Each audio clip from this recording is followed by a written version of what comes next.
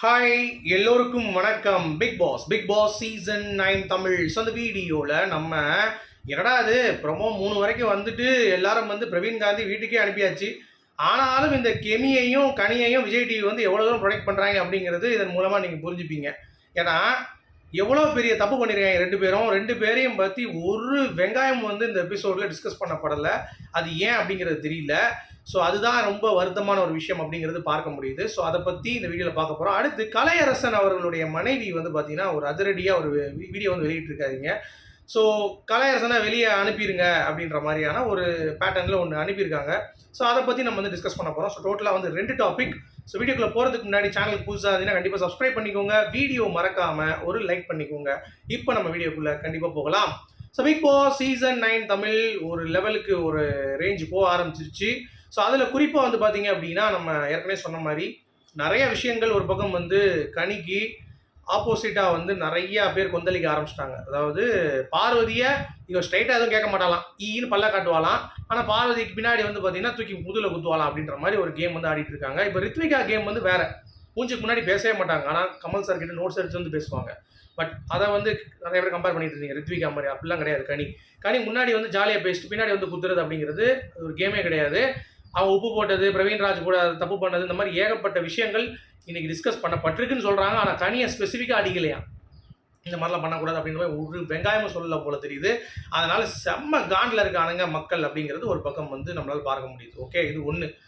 அடுத்து ரொம்ப முக்கியமான ஒரு அப்டேட் வந்து பார்த்தீங்க அப்படின்னா கெமி. ஸோ கெமி அவ்வளோ பேர் சேர்ந்து தொப்பையை பாரு அப்படி இப்படின்னு சொல்லி திவாகரை போட்டு உடைச்சால அதை பற்றி ஒன்றுமே கேட்கலையா. ஏன்னா அது அப்படியே நீங்கள் வந்து மேட்ரு இது பண்ணிட்டு போறீங்க. அப்போ ஃபால்ஸ் அக்யூசேஷன்லாம் தாராளமாக கொடுக்கலாம். ஆஃபீஸ்லேயும் சரி, வேலை பார்க்குற இடத்துலையும் சரி, அப்புறம் வந்து பள்ளிக்கூடத்துலையும் சரி, எல்லா இடங்களையும் நீங்கள் ஜாலியாக இனிமேல் வந்து பார்த்தீங்கன்னா ஏதாவது ஒன்று பையன் அப்படி பார்த்தானா என்ன இடம் இங்கே பார்க்குறேன் அங்கே பார்க்குறேன்னு சொல்லி கம்ப்ளைண்ட் பண்ணிக்கலாம். எவ்வளோ கேடுகட்டத்தனமாக இருக்குது பார்த்தீங்களா நம்ம லைஃபு. அது கேட்குறதுக்கு ஒரு இது இல்லை, சோஷியல் ரெஸ்பான்சிபிளான ஷோன்றீங்க, சமூகத்தை நாங்கள் வந்து மாற்ற போகிறோம் பிடுங்க போகிறோன்றீங்க. அப்போ இதெல்லாம் ஏன் நீங்கள் கேட்க மாட்டீங்க அப்படின்ற மாதிரியான ஒரு கேள்வி இருக்குல்ல. அதை கேட்கணுமா தைரியமா? கேட்கவே மாட்டானுங்க அப்படிங்கிற மாதிரி தான் தோணுது. ஸோ இது ஒன்று போச்சு. ஸோ ஆக மொத்தம் இந்த 2 டாப்பிக்கே தொடவே இல்லைங்க. கமுருதினையும் காப்பாற்றிட்டாங்க, பெரிய இதாக அடிக்கவே இல்லை. விஜய் சபரியை பொத்தி வளர்க்குறாங்க. ஆனால் திவாகர், விஜய், பார்வதி இந்த மாதிரி வெளியே இருந்து வந்தவங்க எல்லாம் தூக்கி போட்டு அடிக்கிறானுங்க அப்படிங்கிறது பார்க்க முடியுது. மக்கள் இதற்கான பதிலை கூடிய விரைவில் சொல்லுவாங்க. ஏற்கனவே கொந்தளிச்சிட்டு இருக்காங்க அப்படிங்கிறது பார்க்க முடியுது. ஓகே, ஸோ இது ஒன்று. அடுத்து கலையரசன் அவர்களுடைய மனைவி வந்து பார்த்தீங்கன்னா உள்ள கலையரசனோட நடவடிக்கை எனக்கு பிடிக்கல அப்படின்ற மாதிரி ஓப்பனாக சொல்லிட்டாங்க. இவன் வந்து திருப்பி சொன்னாங்க எனக்கு ஒரு சக்தி இருக்குது, நான் வசிய பூஜை பண்ண போகிறேன், நான் வந்து திருப்பி வந்து பார்த்தீங்கன்னா இதை உங்களை செஞ்சு விட்ருவேன். அப்புறம் வந்து இந்த நந்தினி போகிற போக்கில் வந்து பார்த்தீங்கன்னா அவனுக்கு ஒரு குத்தை வந்து வாங்கிட்டு போயிட்டா. அதாவது நாக்கில் வந்து சூடாக ஏற்றி உன மூஞ்சில் வந்து சக்தியை பார்த்தேன், உன் கண்ணில் சக்தியை பார்த்தேன்ட்டா.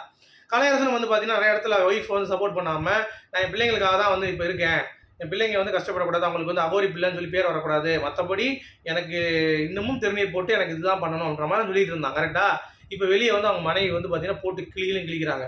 அவனை தயவு செஞ்சு வெளியே அனுப்புங்க, என்னை பொறுத்த வரைக்கும் அப்படின்னு சொல்லிட்டு அடித்து நகர்த்துறாங்க. அதாவது எனக்கும் இன்ட்ரெஸ்ட் இல்லை பெருசா, என் பிள்ளைங்களுக்கு ஒரு யோசித்தேன், நான் ஒரு 11 மாதம் யோசித்தேன். முதல் நான் அவனை விட்டு பிரிஞ்சு வந்துட்டேன் கலையாசனை விட்டுட்டு.